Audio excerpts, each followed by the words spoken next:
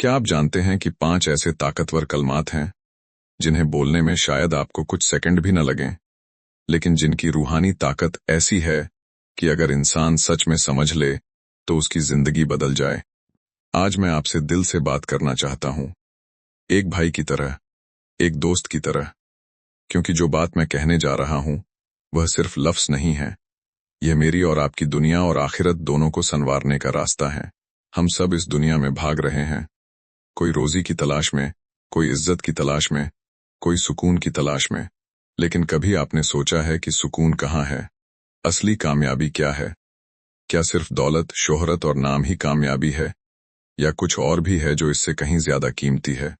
मैं आज जिन 5 कलमात की बात कर रहा हूं वह हैं सुभान अल्लाह, अल्हम्दुलिल्लाह, ला इलाहा इल्लल्लाह, अल्लाहु अकबर, ला हौला वला कुव्वत इल्ला बिल्लाह।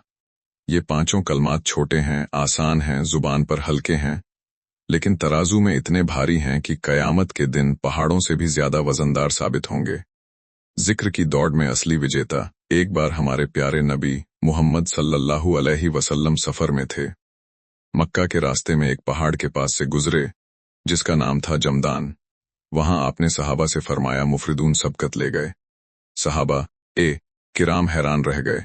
उन्होंने पूछा, या रसूल अल्लाह, ये मुफरिदून कौन है?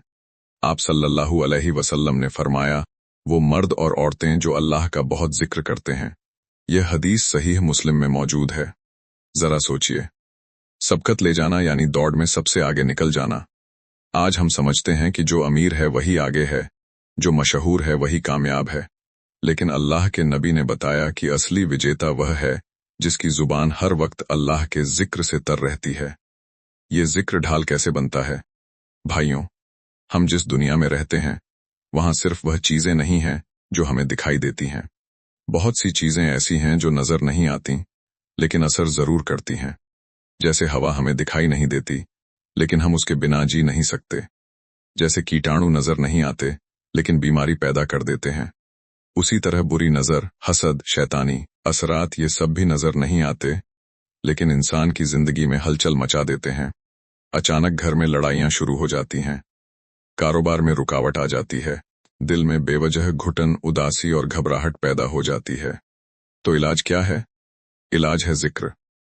जब आप सुबह और शाम के अज़कार पढ़ते हैं तो आप अपने चारों तरफ एक हिफाजती घेरा बना लेते हैं। जैसे कोई सिपाही ढाल लेकर खड़ा हो, वैसे ही ये कलमात आपके चारों तरफ रूहानी ढाल बन जाते हैं। कब पढ़ें? सुबह फज्र के बाद से सूरज निकलने तक, शाम असर के बाद से मगरिब तक। अगर आप सिर्फ 100 बार सुभान अल्लाह पढ़ लें और 3 बार सूरह इखलास, फलक और नास पढ़ लें तो यकीन मानिए अल्लाह की हिफाजत आपके साथ होगी। अब समझते हैं हर कलमे का राज। एक, सुभान अल्लाह, अल्लाह हर ऐब से पाक है। जब मैं सुभान अल्लाह कहता हूं तो मैं अपने रब को हर कमी, हर ऐब और हर कमजोरी से पाक मानता हूं। इसका असर क्या होता है? जब मेरा रब मुकम्मल है तो उसकी तकदीर भी मुकम्मल है।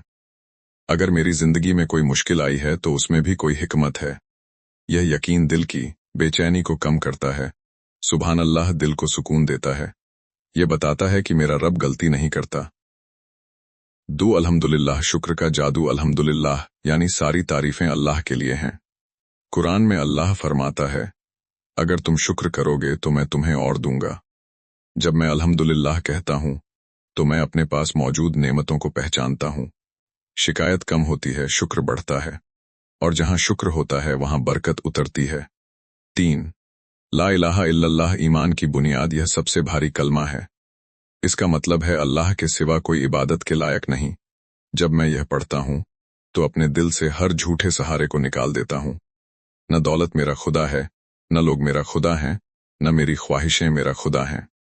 यह कलमा दिल को साफ करता है।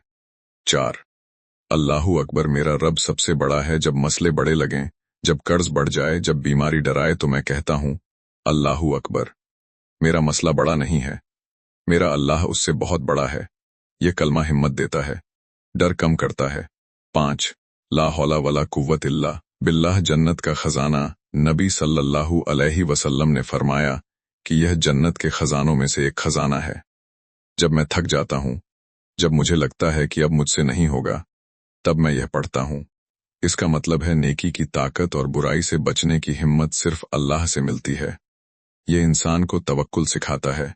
बाकियातुस्सालिहात कुरान में जिन नेक कलमात को बाकियातुस्सालिहात कहा गया है, यानी वो नेक अमल जो हमेशा बाकी रहने वाले हैं, उनमें यही जिक्र शामिल है।